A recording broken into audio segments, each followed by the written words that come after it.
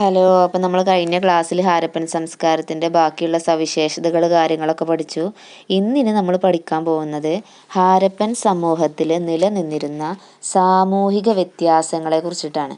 അതായത് ഹാരപ്പൻ സമൂഹത്തിലെ സാമൂഹികമായിട്ടും സാമ്പത്തികമായിട്ടൊക്കെ വ്യത്യാസങ്ങൾ നിലനിന്നിരുന്നു എന്ന് പറയുന്നുണ്ട്. അത് എങ്ങനെയാണ് കണ്ടെത്തിയത് എന്നതിനെക്കുറിച്ചും കൂടെ പറയുന്നുണ്ട്. അതായത് ഹാരപ്പൻ സമൂഹത്തിൽ സാമൂഹികമായിട്ടും സാമ്പത്തികമായിട്ടൊക്കെ വ്യത്യാസങ്ങൾ ഉണ്ടായിരുന്നു എന്ന് കണ്ടെത്തിയത് എവിടെ നിന്നാണെന്നുള്ളത്.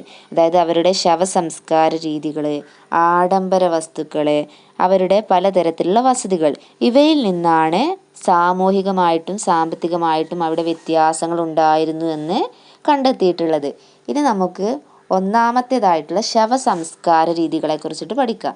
അതായത് ജനങ്ങൾക്കിടയിൽ സാമൂഹികമായിട്ടും സാമ്പത്തികമായിട്ടൊക്കെ അസമത്വങ്ങൾ നിലനിന്നിരുന്നു എന്ന് കണ്ടെത്താൻ വേണ്ടിയിട്ട് ഗവേഷകർ ഉപയോഗിച്ചിരുന്ന ഒരു തന്ത്രമാണ് അവരുടെ ശവസംസ്കാര രീതികളെക്കുറിച്ച് പഠിക്കുക എന്നുള്ളത്. അപ്പോൾ ഹാരപ്പൻ സൈറ്റുകളിൽ കണ്ടെത്തിയിട്ടുള്ള ശവക്കല്ലറകളൊക്കെ തന്നെ അവരുടെ ശവസംസ്കാര രീതികളെ പറ്റിയിട്ടുള്ള സൂചനകളും നമുക്ക് നൽകുന്നുണ്ട്. പൊതുവെ ഹാരപ്പൻ ജനത മൃതശരീരങ്ങളൊക്കെ കുഴിച്ചിടാറാണ് പതിവ്. പക്ഷെ അവരൊരുക്കുന്ന ശവക്കുഴികളിൽ വ്യത്യാസങ്ങൾ നിലനിന്നിരുന്നു. അതായത് ചില ശവക്കുഴികളുടെ പുറം ഭാഗങ്ങളിൽ അതിനോട് ചേർത്ത് നിരനിരയായിട്ട് ഇഷ്ടികകൾ വിരിച്ചിരുന്നു. അപ്പോൾ ഇത് അവർക്കിടയിൽ ഒരു വ്യത്യാസം നിലനിന്നിരുന്നു എന്നാണ് സൂചിപ്പിക്കുന്നത്. അതായത് എല്ലാ ശവക്കല്ലറകളുടെ അരികിലും ഇങ്ങനെ ഇഷ്ടിക വിരിച്ചിട്ടില്ല. അപ്പോൾ അതിൽ സമ്പന്നരായിട്ടുള്ള ആളുകളുടെ ശവക്കല്ലറകളിലായിരിക്കും ഇത്തരത്തിൽ ഇഷ്ടികകൾ വിരിച്ചിട്ടുണ്ടാവുക. അപ്പോൾ അവിടെ ഒരു സാമ്പത്തികമായിട്ടുള്ളൊരു അസമത്വം നിലനിന്നിരുന്നു എന്നുള്ളത് നമുക്ക് മനസ്സിലാക്കാം. അതേപോലെ തന്നെയാണ് നമ്മുടെ ചില കുഴിമാടങ്ങളിൽ മൺപാത്രങ്ങളും ആഭരണങ്ങളൊക്കെ അടക്കം ചെയ്തിട്ടുണ്ട്.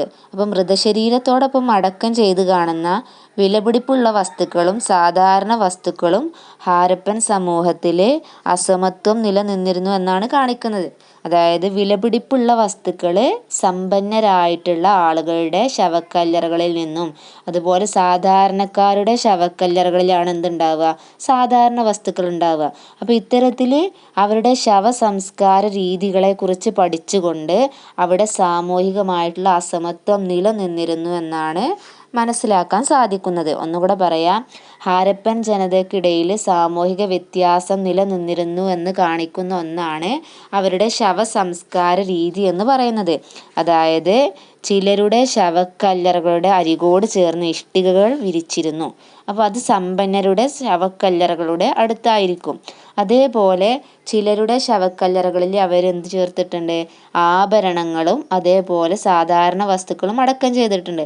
അപ്പോൾ സമ്പന്നരായിട്ടുള്ള ആളുകളുടെ ശവക്കല്ലറകളിലായിരിക്കും ആഭരണങ്ങൾ ഉണ്ടാവുക, സാധാരണക്കാരുടേതിൽ സാധാരണ വസ്തുക്കളും. അപ്പോൾ അവിടെ ഒരു സാമൂഹിക അസമത്വം നിലനിന്നിരുന്നു എന്ന് നമുക്ക് മനസ്സിലാക്കാം.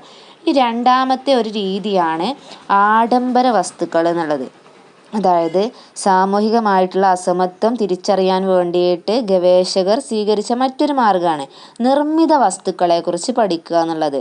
അതായത് വസ്തുക്കളെ രണ്ടായിട്ട് തിരിച്ചു: പ്രയോജനകരമായിട്ടുള്ള വസ്തുക്കളും ആഡംബര വസ്തുക്കളും.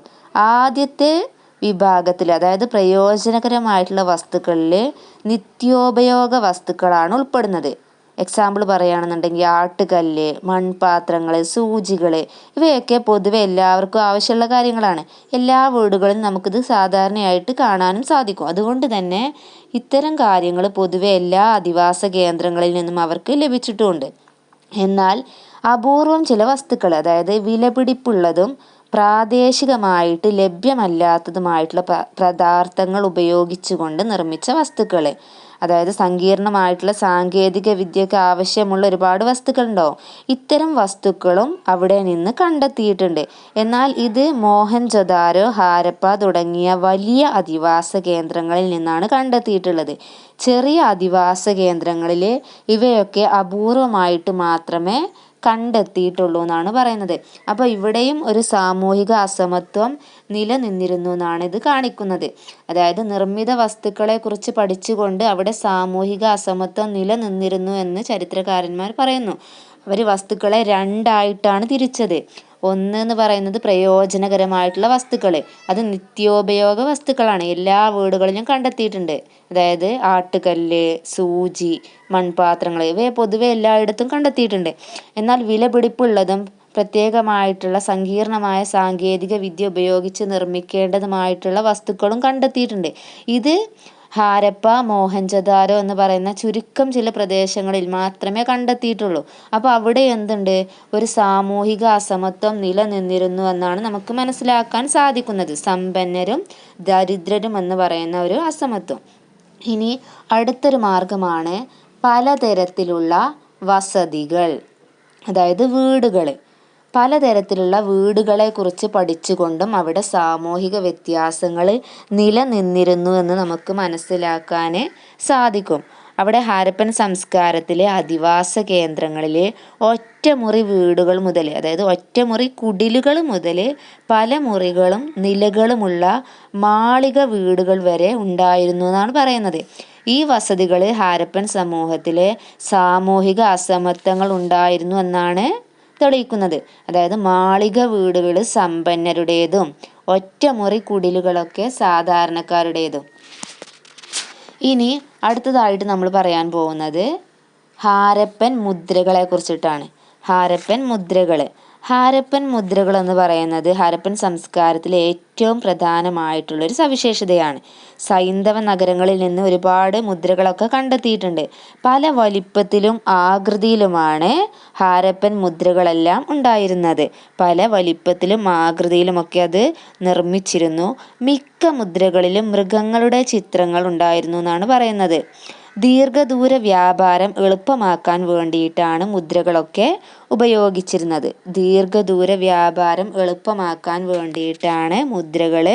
ഉപയോഗിച്ചിരുന്നത്. അതുപോലെ തന്നെ സ്വത്തിൻ്റെ ഉടമസ്ഥാവകാശം കുറിക്കുന്നതിന് വേണ്ടിയിട്ടും വീടുകൾ മോടി പിടിപ്പിക്കുന്നതിന് വേണ്ടിയിട്ടും അവർ മുദ്രകൾ ഉപയോഗിച്ചിരുന്നു എന്നാണ് പറയുന്നത്.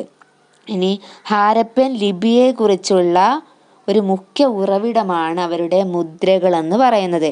മുദ്രകൾ പൊതുവെ എക്സാമിന് ചില സമയങ്ങളിലൊക്കെ ചോദിക്കലുണ്ട്. അപ്പോൾ മുദ്രകൾ എന്താന്ന് പ്രത്യേകമായിട്ടൊന്ന് നോക്കി വെച്ചിട്ട് പോവുക കേട്ടോ. അപ്പോൾ ഹാരപ്പൻ സംസ്കാരത്തിലെ ഏറ്റവും പ്രധാനപ്പെട്ട ഒരു സവിശേഷതയാണ് ഹാരപ്പൻ മുദ്രകൾ എന്ന് പറയുന്നത്. ഉറപ്പ് കുറഞ്ഞ വെണ്ണക്കല്ല് കൊണ്ടാണ് മുദ്രകൾ നിർമ്മിച്ചിട്ടുള്ളത്. ഉറപ്പ് കുറഞ്ഞ വെണ്ണക്കല്ല് കൊണ്ട് പല വലിപ്പത്തിലും ആകൃതിയിലും അവർ മുദ്രകളൊക്കെ നിർമ്മിച്ചിരുന്നു. മിക്ക മുദ്രകളിലും മൃഗങ്ങളുടെ ചിത്രങ്ങൾ ഉണ്ടായിരുന്നു എന്ന് പറയുന്നുണ്ട്. മുദ്രകൾ ഉപയോഗിച്ചിരുന്ന എന്തിനൊക്കെ വേണ്ടിയിട്ടാണ്? ദീർഘദൂര വ്യാപാരം എളുപ്പമാക്കാൻ വേണ്ടിയിട്ടും സ്വത്തിൻ്റെ ഉടമസ്ഥാവകാശം കുറിക്കുന്നതിന് വേണ്ടിയിട്ടും വീട് മോടി പിടിപ്പിക്കുന്നതിന് വേണ്ടിയിട്ടുള്ള അലങ്കാര വസ്തുവായിട്ടൊക്കെ മുദ്രകൾ അവർ ഉപയോഗിച്ചിരുന്നു. ഇനി ഹാരപ്പൻ ലിപിയെ കുറിച്ചിട്ടുള്ള അറിവിൻ്റെ മുഖ്യ ഉറവിടമാണ് മുദ്രകൾ എന്ന് പറയുന്നത്. അപ്പോൾ ഇത്രയാണ് ഇന്നത്തെ ക്ലാസ്. ഹാരപ്പൻ സമൂഹത്തിലെ സാമൂഹിക വ്യത്യാസങ്ങളെക്കുറിച്ച് മനസ്സിലാക്കുന്നത് 3 രീതികളിലൂടെയാണ്. 1 ശവസംസ്കാര രീതി, 2 ആഡംബര വസ്തുക്കൾ, 3-മത്തത് പലതരത്തിലുള്ള വസതികൾ. പിന്നെ നമ്മൾ പറഞ്ഞതാണ് ഹാരപ്പൻ മുദ്രകളെ കുറിച്ചിട്ട്. അപ്പോൾ ഈ കാര്യങ്ങളൊക്കെ എല്ലാവർക്കും കറക്റ്റായിട്ട് മനസ്സിലായി എന്ന് വിചാരിക്കുന്നു. അപ്പോൾ എല്ലാവരും നന്നായിട്ട് പഠിക്കുക.